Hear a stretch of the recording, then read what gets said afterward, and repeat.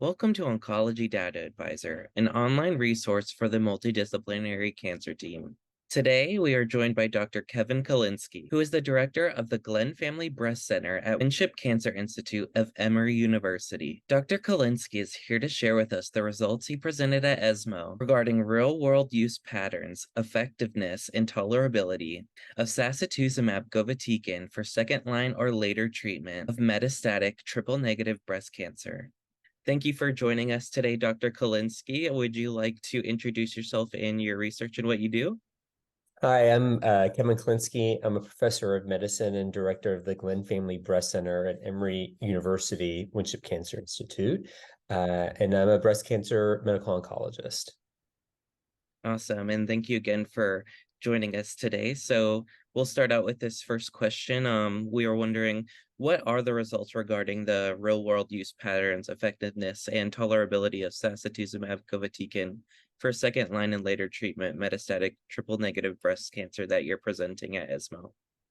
Yeah, so for our patients with metastatic triple-negative breast cancer, we'd seen from the ASCENT trial, which was a pivotal phase 3 trial, that there was a overall survival benefit as well as improvement in progression-free survival and response when we looked at chemotherapy compared to sacituzumab govitecan, with sacituzumab govitecan clearly statistically significant and clinically significant, doing much better. So it became a standard of care.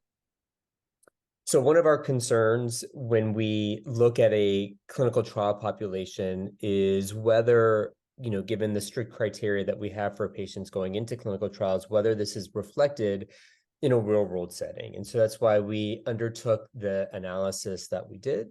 And ultimately, we showed that, in fact, the efficacy that we see for patients with metastatic triple negative breast cancer in terms of the overall survival looks relatively similar to what we saw in the ASCENT study, and that, the median overall survival in the real world was 14 months, around 14 months for those patients who were receiving it second line. And then if patients were receiving it more than second line, the overall survival was a little bit less at about 10 months.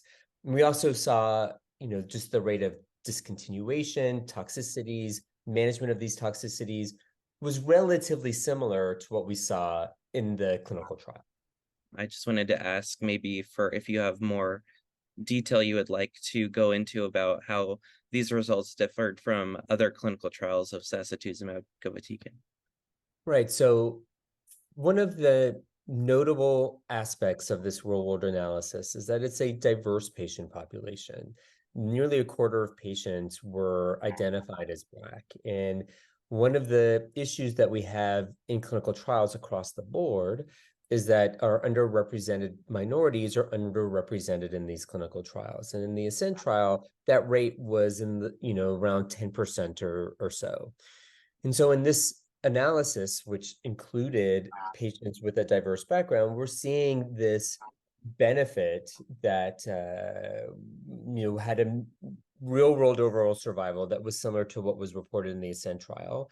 The other thing that commonly comes up is just the utilization of growth factors. And this was something that was captured in the ASCENT trial, because one of the main side effects that we can see with sacituzumab in the real world, beyond patients losing their hair and besides gastrointestinal issues, one of the practical issues is that it can decrease your white cells. And so we saw that approximately a little shy of 60% of patients required growth factor support. Also understanding that the majority of those patients had received growth factor support from their prior chemotherapy as well.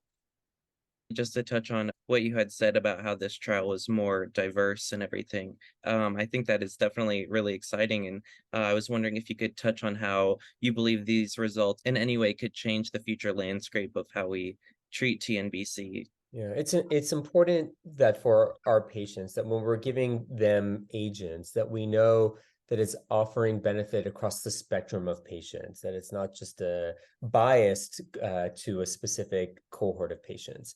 One, I will say, we did look to see whether there were any differences in terms of outcome, including improvement in survival between different races, and we did not see that. And to me, that was encouraging because it's just reiterating the importance that we be utilizing sacituzumab in our patients right now with metastatic triple negative breast cancer.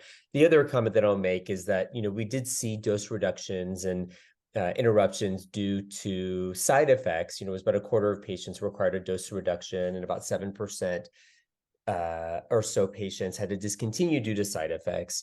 And so it's important that we just be aware of these potential side effects when we think about offering patients these drugs.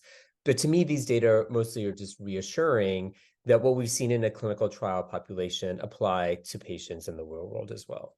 If you'd like to comment on what you believe the future direction for this research regarding real world use patterns, effectiveness, and tolerability, what that would be like. Yeah, it's important across the board that when we have new treatments in our patients, that we are also evaluating how these drugs do, both efficacy-wise and tolerability-wise in the real world. So now we've done this with sacituzumab. I think ongoing questions in the metastatic triple negative space will include questions such as, whether there are any predictors for toxicity, the other potentially being, as additional agents are approved in the metastatic space, just sequencing of these drugs, if there are additional ADCs, how we should be utilizing these agents in the real world, because sometimes those are the means by which we're able to address important questions. Definitely. Final question that I have for you is if there's any additional abstracts from ESMO you'd like to highlight regarding metastatic TNBC or any others that you think we should keep an eye on.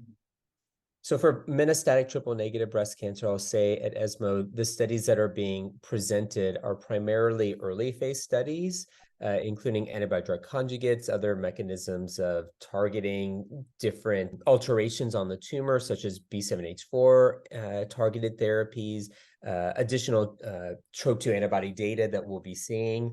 But really for metastatic triple negative breast cancer, what I would say is those are, at least at what's being presented at ESMO, are early on in development and exciting. But these data that we're presenting today are reflecting our current clinical practice and reinforce how we've been treating patients. Excellent. Yeah, it's definitely exciting, and we'll keep an eye out for this research, and we'll definitely keep up with you in the future. And I just wanted to say thank you so much for your time and your research, Dr. Kalinsky. I appreciate it. Great. Thanks for including me.